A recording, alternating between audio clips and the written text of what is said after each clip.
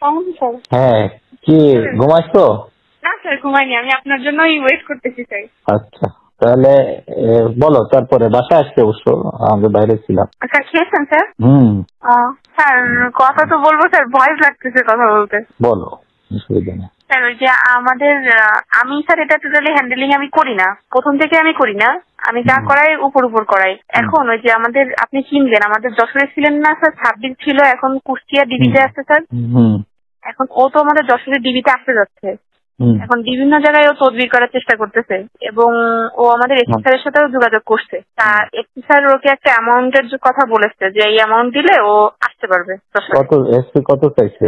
SP নাকি বলছে 30-এর কথা। হ্যাঁ, এসপি 30 দিতে হবে। হ্যাঁ, এসপিটা 30 দিতে হবে। তা ও বলেছে কি যে স্যার আমার যদি 30 থাকতো তাহলে তো আমি এখন মানে সিঙ্গাপুর থাকতাম, এই কথা বলছে সাব্বির। সাব্বির অনেক কান্নাকাটি করে বলছে যে আমার স্যার একটু যদি 15 মধ্যে করে দিতে পারতেন, এই কথা নাকি আমাদের এসপি স্যারকে বলেছে, আনিস স্যারকে। ও এইটা সাব্বির ভালো হবে না, সাব্বির আমি চিনি, ও আমার কাছে ছিল খুব। না, সাব্বির এটা কিন্তু উনাই ডাইরেক্টলি কিন্তু এসপি স্যারের সাথে কথা বলেনি, এটা একজনের মাধ্যম দিয়ে বলানো হয়েছে। সে আবার আমার চাচা হয়, বুঝছেন, তার সাথে আবার আমাদের আনিস স্যারের সম্পর্ক ভালো। তা সে বলছে কি যে ভাই আপনি তাহলে একটু যদি আনিস স্যারের সাথে কথা বলে দেখেন যে আমার যদি আনতে পারে তাহলে কেমন কি হয়। তা তখন সে ঠিক আছে, সাব্বির ও ডাইরেক্টলি কোনো কথা বলেনি। ডাইরেক্টলি অসুবিধা, আর ও আনিসকেও পারবে না, ও আনিস থাকতে আসতে চায় না, আর আনিসকে পারবে না। আনিসকে 30 লাখ টাকা দিলে ও কোথাতে কি করবে? আরো তো জায়গা আছে, তাই না? এটা তো আশ্বস্ত করছে আনিস স্যার তাকে। আনিস বলছে যে এত দিলেই আসতে পারবে, এত দিলেই আসবে কিভাবে?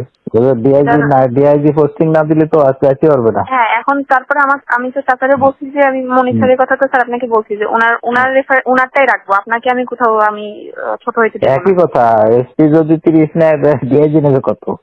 না, এটা তো তার বক্তব্য।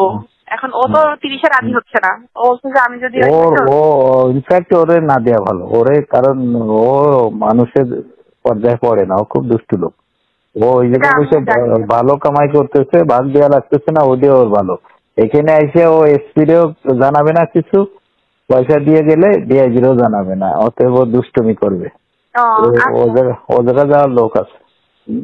আচ্ছা, হ্যাঁ, ও তো আসতে চাচ্ছে স্যার। ও হলো মুক্তিযোদ্ধার সন্তান প্লাস আওয়ামী লীগের লোক। আর সাব্বির তো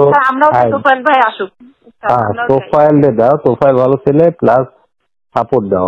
তোফায়েল আমার সাথে আছে, ওই এসপিরে বলে ওদের করা যাবে। তারপরে কোথায় কারো কি শালা এনে কেন করবে? তুমি ভালো থাকো, তোমার সাথে কথা বলে আমারও ভালো লাগে।